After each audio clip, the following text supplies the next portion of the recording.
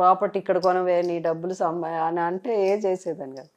ఈయనకే అసలు ఏం తెలియట్లేదు, ఇక్కడ పోయి ఎవరన్నా కొంటారా అని నేను అనుకున్నాను. అంటే అలాంటి ప్లేస్లు చూపిస్తారా? అవును, భయంకరంగా. అప్పుడే ఆయన ఒకసారి ఒక ప్లేసు అన్నానగర్ అని, ఇప్పుడు అన్నానగర్ చెన్నైలో 100 కోట్లు. 100 కోట్లు. అక్కడంతా గార్బేజ్ డంప్ చేసేవారు. అక్కడ పందులు చనిపోయినది, పోయిన డాగ్స్ అవన్నీ పడేసేవారు.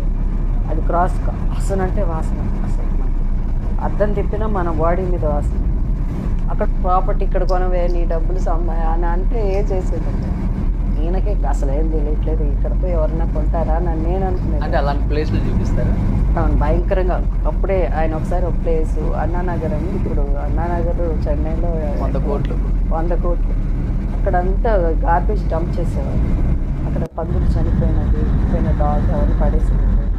అది క్రాస్ వాసన అంటే వాసన, అసలు అద్దం తిప్పినా మన బాడీ మీద వాసన.